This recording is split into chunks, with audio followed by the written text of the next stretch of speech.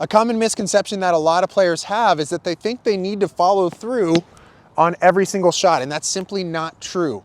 The follow through is a byproduct of what happens before it. So it's the byproduct of your swing. So if you don't do a lot of swing, there's no need to follow through. In fact, if I follow through and my face is open, I'm actually gonna hit the ball over the fence.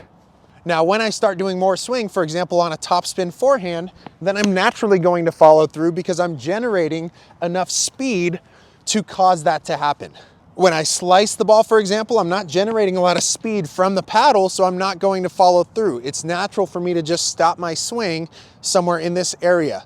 Versus when I generate actually a lot of speed with the paddle, it's naturally gonna wanna follow through. So sometimes I'll actually see players and they'll think that they're missing a shot because they're not following through. And so then on the next shot, it looks like this, where they force themselves to follow through. But instead, what that player should focus on, if they're hitting a topspin forehand, for example, and they're hitting the ball out, is being more relaxed in the initial stages of their swing, because then that will cause a follow through. You wanna think of the paddle as a whip. And so if I grip it loose, I'm creating this whip. It's almost impossible to stop myself from following through. In fact, it would hurt if I stop right there.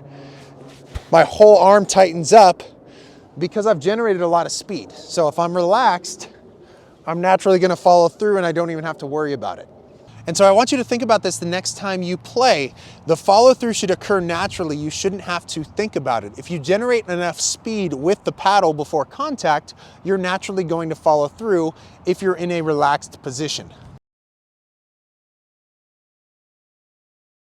And if you feel like you should be following through, but you're not, try relaxing by gripping the paddle looser, making sure to exhale as you're hitting the ball.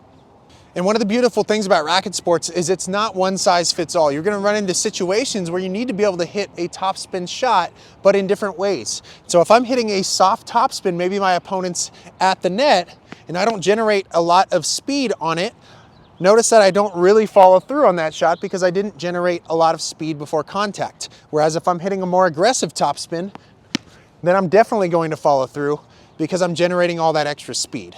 When you're hitting shots where the face of your paddle is open, those are typically shots that you're not going to follow through on. So for example, if I'm hitting a drop shot, I'm not going to follow through on that shot. I'm also not going to follow through when I'm playing defense. So just a little swing is all that's needed to put that ball up in the air to lob my opponent. As players become more advanced, they also realize that there are different types of follow throughs. So depending on what I'm trying to do with the ball, my follow through might look different from shot to shot. So an aggressive flat low ball, the follow through might look different than a heavy high topspin ball. So thanks for watching today. I hope you learned something about the follow through and that it's not necessary on every single shot that you play.